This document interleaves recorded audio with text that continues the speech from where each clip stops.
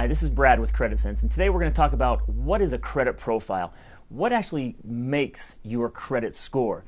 Now, one note I want to touch on before we get going with that is the misconception that a 720 is a great credit score. 720 used to be a Tier 1 credit score, but it's not a Tier 1 anymore. With the economy and the downturn, the bureaus have changed that, and my FICO has changed their criteria for a Tier 1 credit score to be 760. So that's the mark, that's the target that you're aiming for to get into that Tier 1, that great borrower category. A 760 is a Tier 1, not 720. Now, what creates that 760? What helps you get an 800 credit score? Well, there are multiple facets of your credit identity.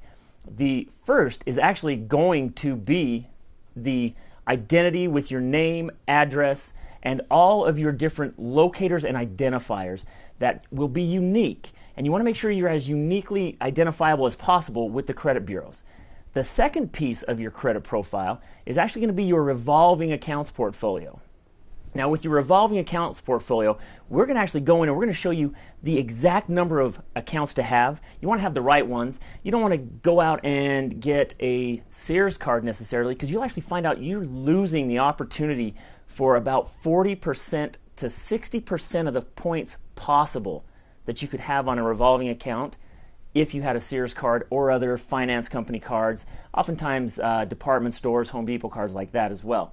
So you've got to have the right revolving accounts, and that way that'll help boost your score as well. And we'll show you how to do that and dial those in perfectly for you so you have exactly what you need to have.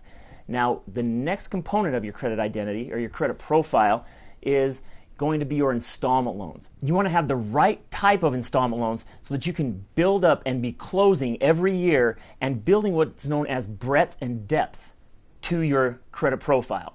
After installment loans, the next component of your credit profile is going to be your closed accounts.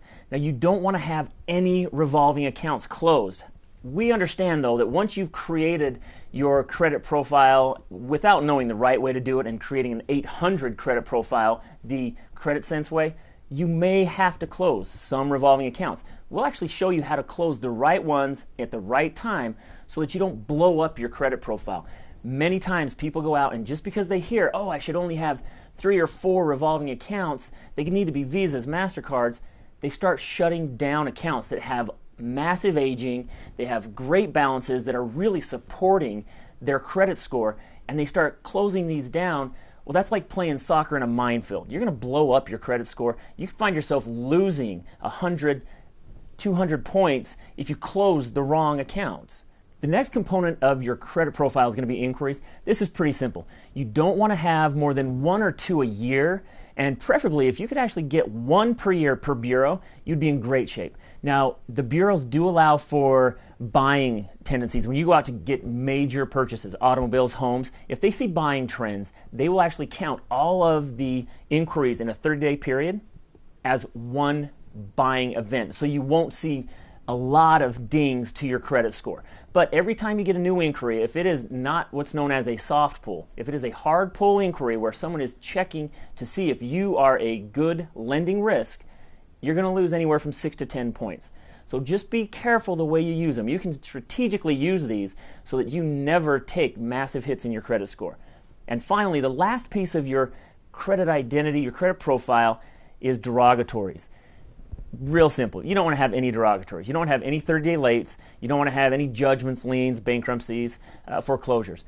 There are things that we can do to help you if you're in that situation and you have those, so that we can actually build up your score and create an 800 credit score, even if you have those on your credit profile. The important thing is, if you can avoid them, do it. But if you have them, make sure you take the time to learn exactly what it's going to take to get those off and to build up your credit score and your credit profile around them, even if you can't get them off your credit report. This is Brad with CreditSense, and that makes sense to me.